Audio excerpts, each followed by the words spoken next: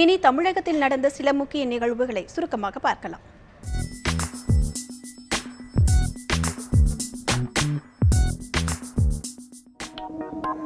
தூத்துக்குடி ஆதிபராசக்தி நகரில் வீட்டில் தனியாக இருந்த அச்சுதவேணி என்பவரை தாக்கி 4.5 சவரன் நகையை கொள்ளையர்கள் பறித்துச் சென்றனர். வீட்டின் பின்புறத்தில் இருந்து நுழைந்த 3 இளைஞர்கள் அச்சுதவேணியை தாக்கி வாயில் துணியை கட்டி அவர் அணிந்திருந்த 4.5 சவரன் தங்கச்சங்கிலியை பறித்துச் சென்றுள்ளனர். இதுகுறித்து காவல்துறையினர் விசாரித்து வருகின்றனர். கிருஷ்ணகிரி மாவட்டம் ஓசூர் அருகே பேரண்டப்பள்ளியில் சொகுசு பேருந்து மோதியதில் சம்பவ இடத்திலேயே 2 பேர் உயிரிழந்தனர். சாலையோரத்தில் பழுதாகி நின்று கொண்டிருந்த வேன் மீது வாகனங்கள் மோதாமல் இருக்க ஓட்டுநரும் உதவியாளரும் அருகிலேயே நின்று கொண்டிருந்தனர். அப்போது பெங்களூரில் இருந்து நெல்லைக்கு சென்று கொண்டிருந்த சொகுசு பேருந்து இருவர் மீது மோதியது. இதில் சம்பவ இடத்திலேயே இருவரும் பலியாகினர். வேலூர் மாவட்டம் ஆற்காடு அருகே கீழ்விஷாரத்தில் உள்ள பாலமுருகன் ஆலயத்தில் தெப்போற்சவ விழா நடைபெற்றது.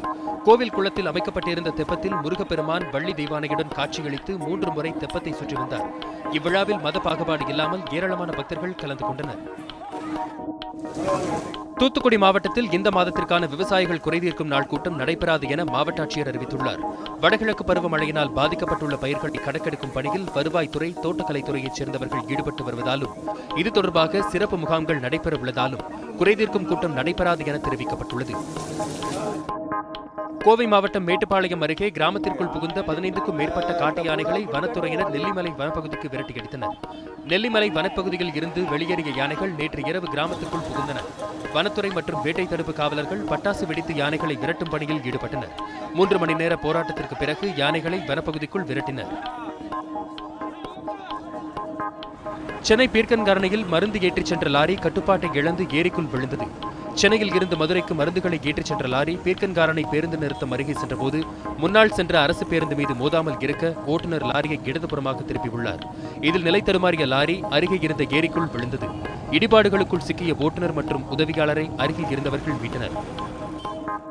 மத்திய அரசின் குறைந்தபட்ச ஊதியமாக 26,000 ரூபாய் நிர்ணயிக்க வேண்டும், புதிய ஓய்வூதிய திட்டத்தை ரத்து செய்து பழைய ஓய்வூதிய திட்டத்தை முறைப்படுத்த வேண்டும் என்பன உள்ளிட்ட கோரிக்கைகளை வலியுறுத்தி அரியலூர் ரயில் நிலைய பொறியாளர் அலுவலகம் முன்பு தெற்கு ரயில்வே ஊழியர்கள் சங்கத்தினர் ஆர்ப்பாட்டத்தில் ஈடுபட்டனர். கிருஷ்ணகிரி மாவட்டம் ஓசூரில் ஜான் விக்டர் என்பவரது வீட்டின் பூட்டை உடைத்து 31 சவரன் நகை, 400 கிராம் வெள்ளி மற்றும் 20,000 ரூபாய் பணம் கொள்ளையடிக்கப்பட்டுள்ளது. ஜான் விக்டர் குடும்பத்துடன் சுற்றுலா சென்றுவிட்டு வீட்டிற்கு திரும்பிய போது கொள்ளை நடந்தது தெரியவந்துள்ளது. இதுகுறித்து காவல்துறையினர் விசாரித்து வருகின்றனர்.